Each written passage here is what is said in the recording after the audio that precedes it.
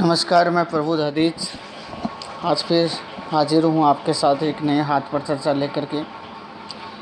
देखो, चर्चा करने से पहले जैसे ज़रूरी है जानना कि अपन हाथ के बारे में थोड़ा सा नॉलेज भी रख लें।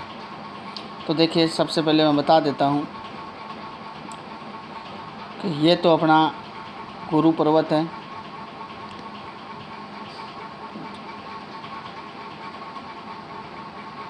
ये अपना गुरु पर्वत है।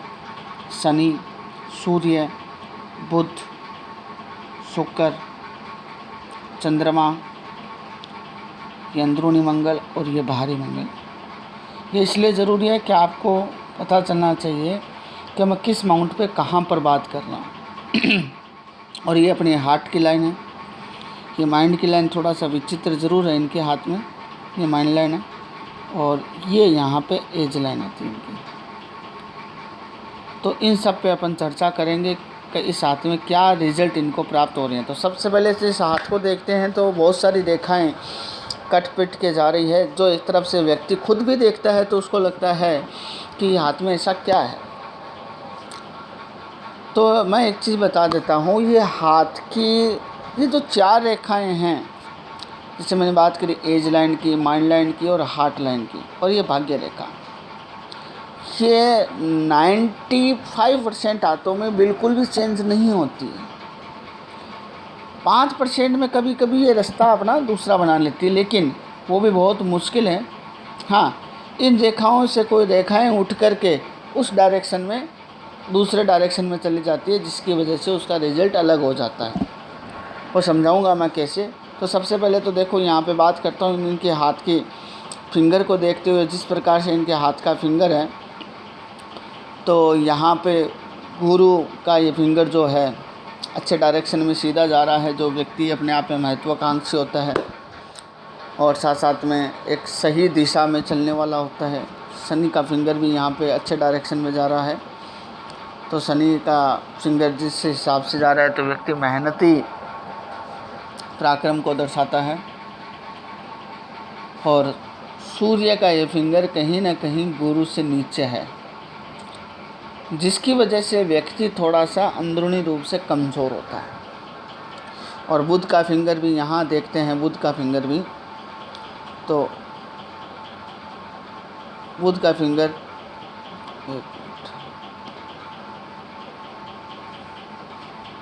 बुध भी यहाँ पे सूर्य के इस पूर्व से नीचे है। तो इस तरह के जातक के लिए कन्फ्यूजन, अनसिक्योरिटी, गहरी सोच बहुत ज़्यादा परेशान करती है। वो किसी चीज़ को लेकर के सोचने बहुत ज़्यादा लग जाता है, जिसकी वजह से उसको मेंटली वाइज कमज़ोर कहूँगा। तो इस तरह से व्यक्ति को अपने माइंड पे ना प्रेशर नहीं देना चाहिए। और ऑलरेडी इनकी कुंडली में मैंने जिस प्रकार देखी है इनकी हॉरोस्कोप, इनकी कुंडली पे चंद्रमा 12th हाउस का स्वामी है और उसके ऊपर राहु, सूर्य, बुध और चंद्रमा चारों ही उसी स्थान पे बैठे हुए हैं। तो देखो, एक तो चंद्रमा ऑलरेडी कमज़ोर था, 12th हाउस का स्वामी था, भावनाओं में बह जाना, व्यक्ति बहुत जल्दी इमोशनल हो जाएगा। और उसके ऊपर राहु, सूर्य, बुध और बैठ गए, तो चंद्रमा की शीतलता को ख़त्म कर दिया। मतलब जो चंद्रमा एक तरफ से अपने मन को स्ट्रॉन्ग करता है, तो यहाँ पे मन को कमज़ोर कर दिया। अंदरूनी रूप से व्यक्ति बहुत कमज़ोर होगा। सूर्य की अग्नि ने चंद्रमा की एनर्जी, सात्विकता को दूषित कर दिया। राहु तो ऑलरेडी गड़बड़ करता ही है, सूर्य को भी गड़बड़ कर रहा है राहु, यहाँ पे बुध को भी कर रहा है और चंद्रमा को भी कर रहा है। कुंडली के ऊपर इनके बाद में चर्चा करूँगा, लेकिन पहले हाथ की बात करते हैं, क्योंकि मेन इम्पोर्टेंट हाथ है।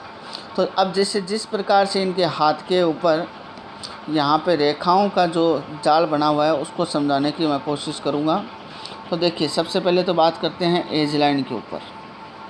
तो एज लाइन में यहाँ बात करता हूँ, तो एज लाइन यहाँ से शुरू होकर के यहाँ नीचे की तरफ जा रही है।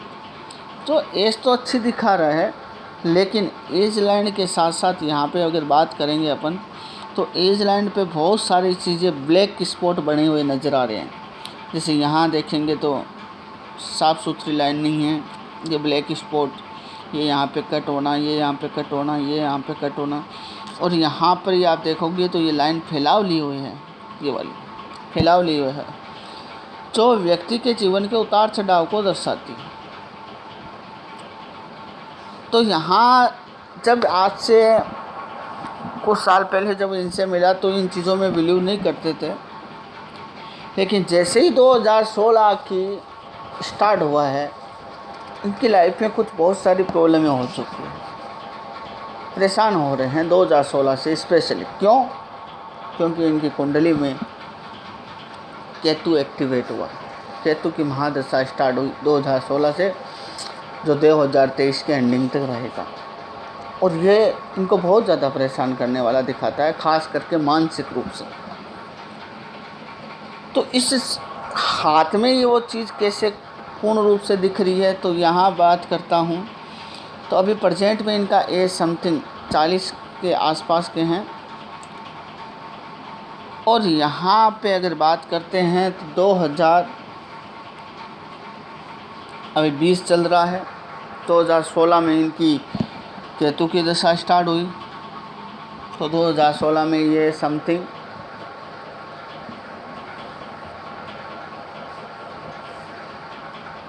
36-35 साल की समथिंग थी। और यहाँ देखेंगे स्पेशली यहाँ ब्लैक स्पॉट भी बन रहा है और पूर्ण रूप से रेखाएं कट कर रही हैं। परेशानी यहाँ से शुरू। और एक चीज़ और है इनके हाथ में, ये दीप बनना, जो इनकी 44 तक की एज तक इनको उतार चढ़ाव देगा। इसलिए मैं इनको कहूँगा कि मानसिक रूप से जितना अपने आप को स्ट्रॉन्ग रखे उतना बढ़िया है।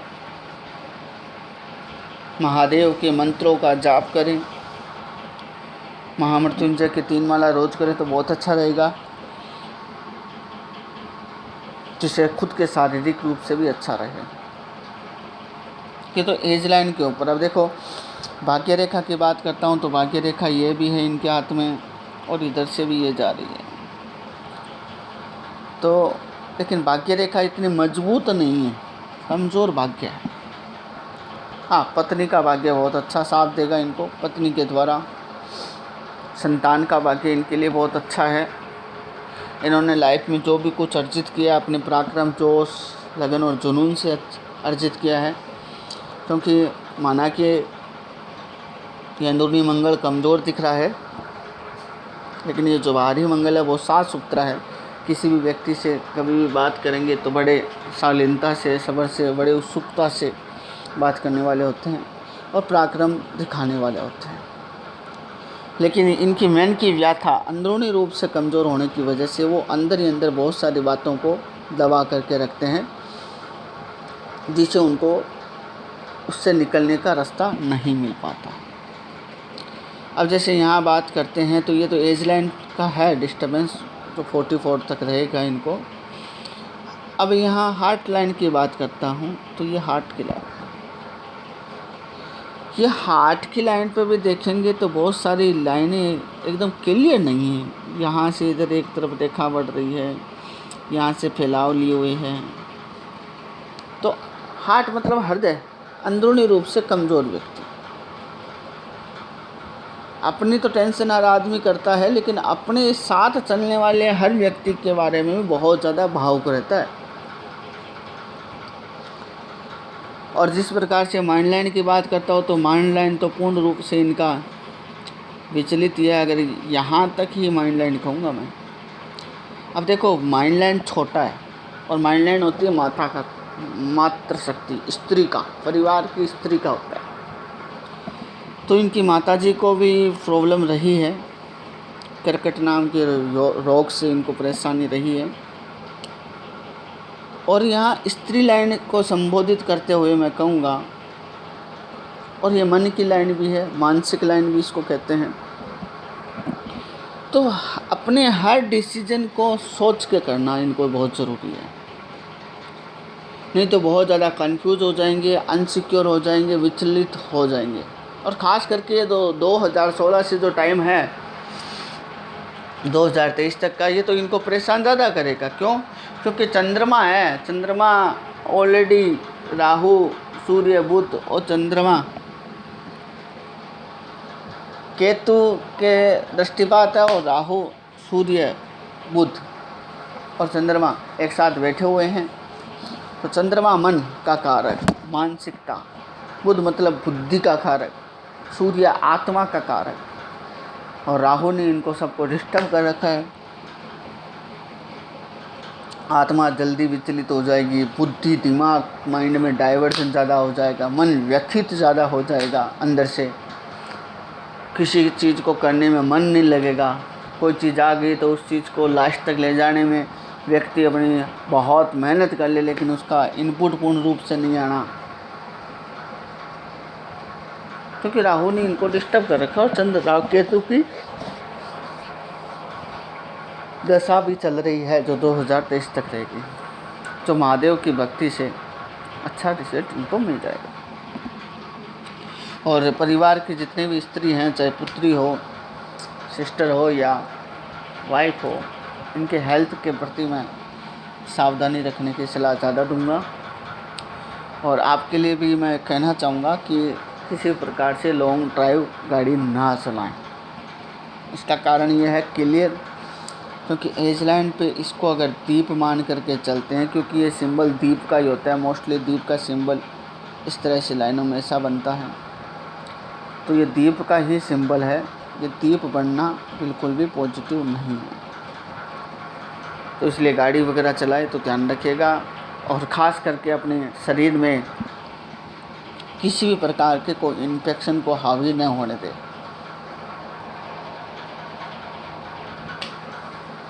इन्फेक्शन की वजह से इनको नुकसान ज़्यादा है, डाइजेशन प्रॉब्लम भी इनको परेशान ज़्यादा करेगी, तो उस चीज़ का थोड़ा सा खाने पीने का विशेषकर ध्यान रखना है।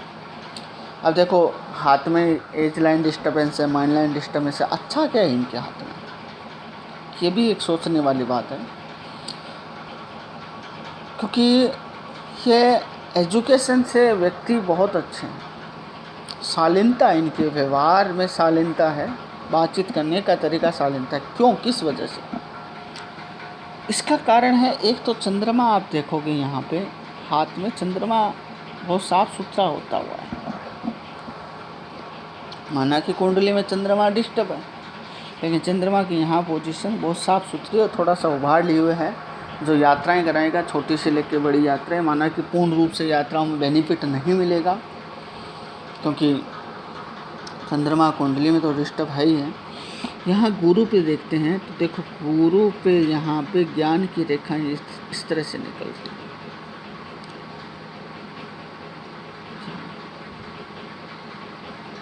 तो गुरु एक तरफ से सात्विक तो होता ही है, और उसके साथ साथ इनकी हॉरोस्कोप में गुरु लगन में बैठा हुआ है सूर्य की राशि में,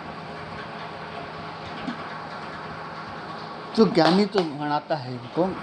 एजुकेशन इनकी अच्छी दे दी। हाँ, ये चीज़ कहूँगा, एजुकेशन करने में भी इनको रुकावटें, फैमिली उतार चढ़ाव भी इनको देखने को ज़रूर मिला हुआ है,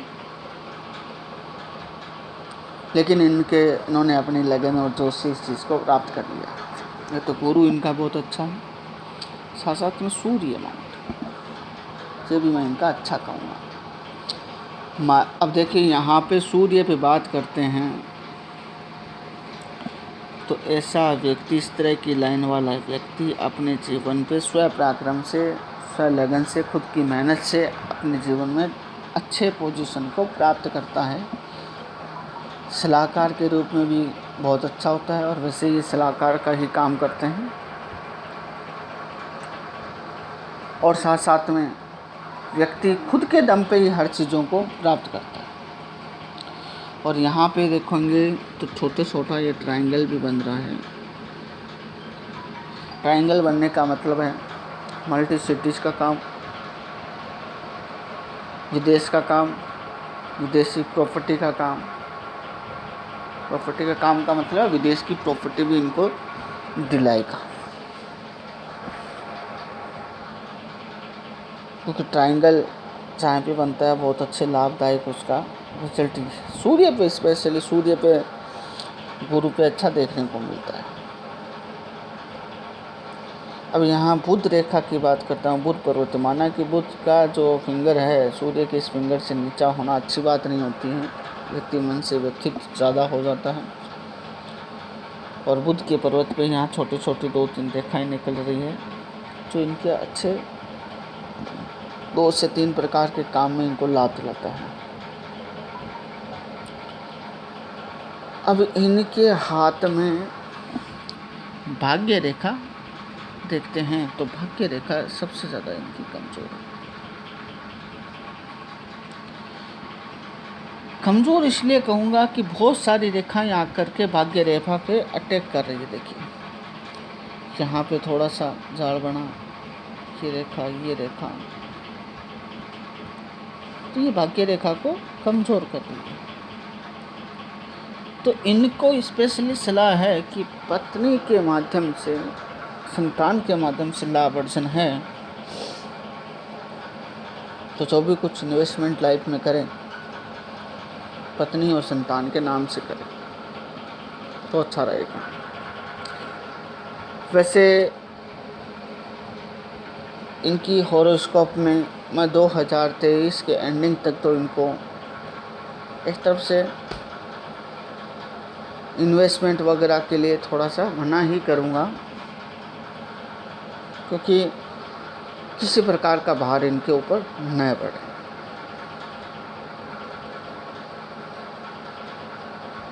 बाकी का अगर इनके हॉरोस्कोप के हिसाब से भी अगर बात करता हूँ तो इनको पूर्ण रूप से सावधानी रखने की ज़रूरत है, खास करके हेल्थ को लेकर के और मानसिकता को लेकर के, क्योंकि मानसिक रूप से कमज़ोर दिखा रहा है आपका हाथ। मन व्यथित है, तो अगर मन और दिमाग ही सही नहीं है तो चाहे कितना ही टैलेंटेड व्यक्ति हो अपने कार्य को अंतिम दिशा तक नहीं ले जा पाता। मेडिटेशन करें, योगा करें। बाकी के इनको कोई सवाल रहेंगे तो इनके हॉरोस्कोप के माध्यम से इनको बता दूंगा, उपाय की श्रृंखला में भी इनको बता दूंगा। नमस्कार, जय श्री बालाजी।